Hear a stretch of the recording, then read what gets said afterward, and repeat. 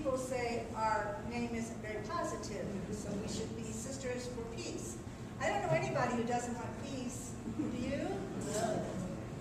But we witness, and that's what we're going to do today, what we're doing right now, and for the rest of this afternoon. Our nation globally witnesses for war. Since World War II, we've not gone off the war economy. Now, we're not going to judge the millions of individuals who are involved in war making, workers in the war industry, university staff who are dependent on military contracts, parents doing all that they can to get off their offspring, rather, to appointments to military academies, who feel they have people who have no option except the military. It's the institution, it's the system that we need to call to change. As citizens of a democracy, we must judge what is being done in our name.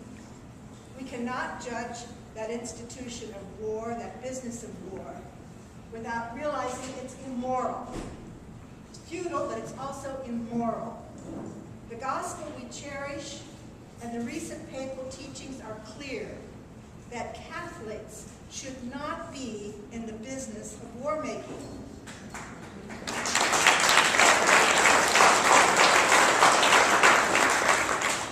People are always happy to remind us that the Catholic Church has a history of being involved in war. Even popes and bishops led armies. And we don't have to go back to the Middle Ages to find examples.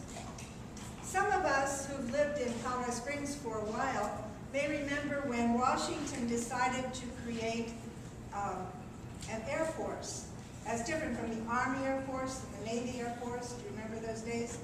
And so they created the Air Force Academy. And one of the most influential and devout Catholics in town was one of the prime movers who, for the sake of the economy, proudly brought the Air Force Academy to Colorado Springs. I'm not condemning this person, but simply illustrating that we were mistaught. He, like me, grew up in a world on war propaganda. We're the children of the Second World War. We idolized warriors. We were convinced that there were good wars. It's amazing, isn't it, how long it has taken us to really hear the gospel. So we don't deny our past sins, nor unconscious congregants of American Catholics who still don't see that there's a problem. But we cannot not know what we know. It's easier if we could. But we cannot not know what we know. It makes life difficult. So we witness against war. And our goal is to convert those who we sisters have traditionally influenced to renounce war. We would see our church become a peace church. Some of you are members of peace churches, I think.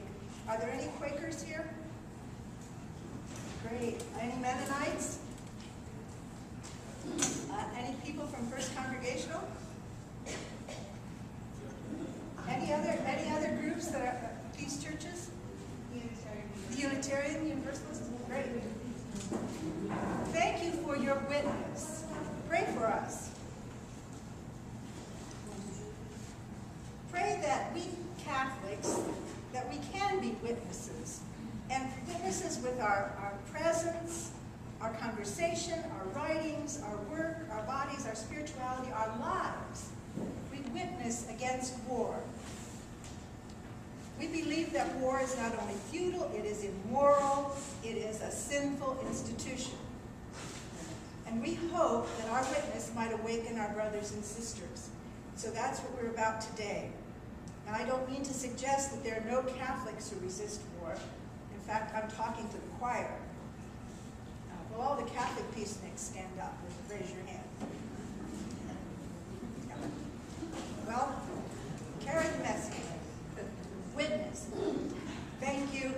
for the many more of you for whom this is a work day and couldn't be here, so they couldn't come. However, we must admit we are not yet a critical mass, right? So among our many different efforts for peace today, for the 8th year, we will witness against war at Peterson Air Force Base because it is the place, a place, where the war after the next war is being planned. That's a good reason to go, isn't it? Thank you.